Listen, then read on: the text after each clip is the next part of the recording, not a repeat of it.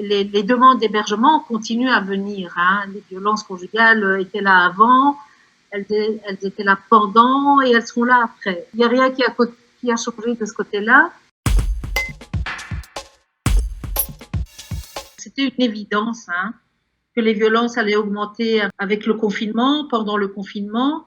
Avant même le confinement, les places dans les maisons d'accueil classiques qui pouvaient accueillir les femmes victimes de violences conjugales étaient saturées. C'est ça qu'il faut savoir aussi.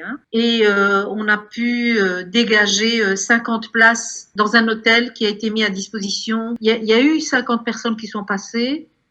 Actuellement, on est à 36 personnes, femmes et enfants compris.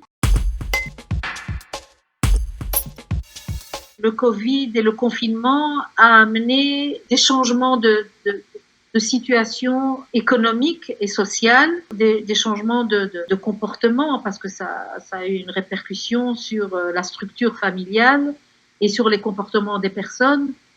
Et donc, cela a généré des stress de part et d'autre, autant chez l'auteur et parfois chez la victime et tout au niveau de la famille en général. Le confinement lui-même vous amène dans une promiscuité.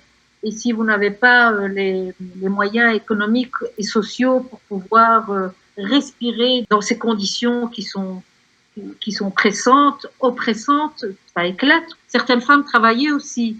Et elles ont aussi perdu leur travail. Il faut considérer aussi les enfants qui sont là, la présence d'enfants, la présence d'adolescents. Avec toutes ces pressions-là, ça ne peut que exploser.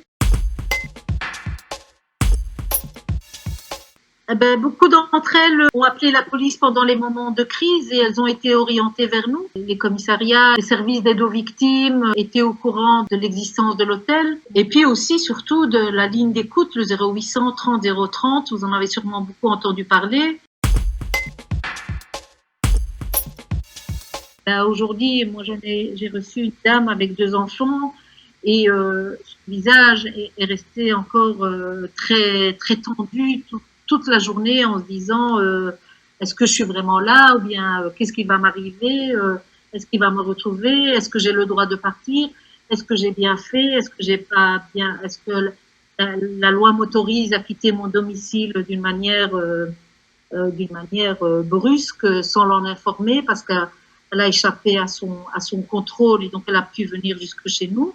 Quelques semaines après, et ici maintenant on est au bout de 3 mois, il y en a qui sont avec nous depuis 3 mois, vient l'inquiétude, qu'est-ce qu'on va devenir? Est-ce qu'on va aller dans une autre maison d'accueil de nouveau et encore qu'est-ce qui va nous arriver? Et donc on voit quand même des femmes qui sont pleines de questions et qui sont très inquiètes.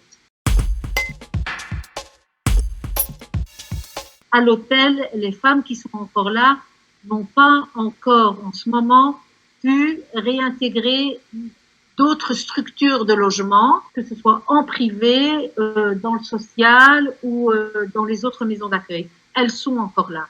Il y a encore des autres demandes qui arrivent et donc on n'a pas pu faire autrement que de reconduire ce projet-là jusqu'en septembre, oui. Le confinement a vraiment mis en évidence ce qui existait déjà. On a déjà attiré l'attention sur tout ce qui se passait avant et maintenant, c'est comme si on appuyait de nouveau sur la table en disant mais regardez ce qui se passe, quoi. La prise en charge au niveau justice, moi, c'est beaucoup ça qui m'interpelle parce que je trouve que on n'a pas beaucoup avancé sur ce point de vue-là, sur la plainte, etc.